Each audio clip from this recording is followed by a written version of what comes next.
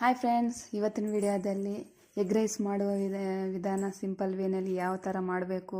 ತರಕಾರಿ ಏನೂ ಇಲ್ಲ ಅಂದಾಗ, ಸಾಂಬಾರಿಲ್ಲ ಅಂದಾಗ, ರೈಸ್ ಇದ್ದರೆ ಸಾಕು. ಈ ಥರ ಸಿಂಪಲ್ ಏನೇನು ಬೇಕು ಅಂತ ಹೇಳ್ತೀನಿ.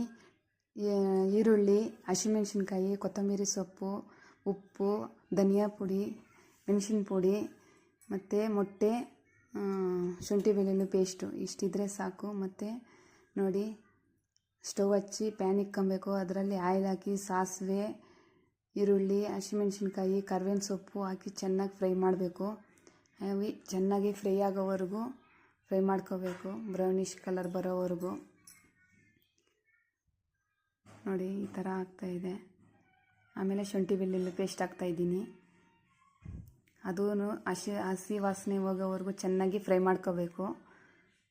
ಆಮೇಲೆ ಮೊಟ್ಟೆ ಒಡೆದಾಕ್ತಾಯಿದ್ದೀನಿ.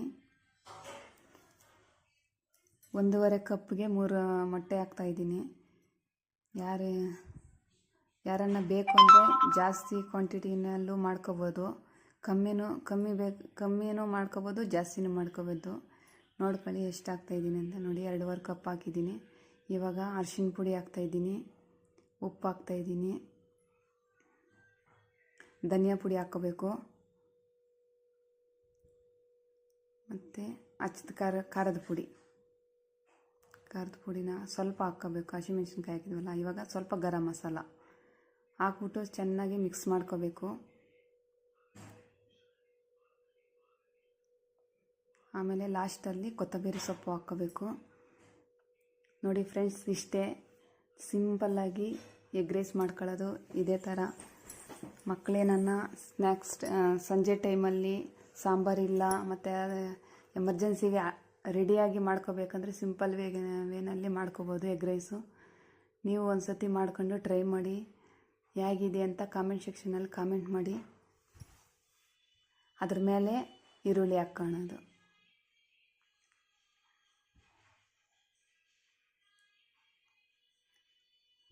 ಅಷ್ಟೇ ಫ್ರೆಂಡ್ಸ್, ತುಂಬ ಚೆನ್ನಾಗಿರ್ತೈತೆ.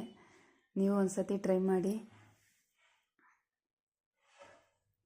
ಹೇಗೆ ಬಂದಿದೆ ಅಂತ ಕಾಮೆಂಟ್ ಮಾಡಿ ಫ್ರೆಂಡ್ಸ್. ಇನ್ನೂ ಒಳ್ಳೆ ರೆಸಿಪೀಸು ಮಾಡ್ತೀವಿ. ನಮ್ಮ ಚಾನಲ್ನ ಸಬ್ಸ್ಕ್ರೈಬ್ ಮಾಡ್ಕೊಳ್ಳಿ, ಲೈಕ್ ಮಾಡಿ. Thank you.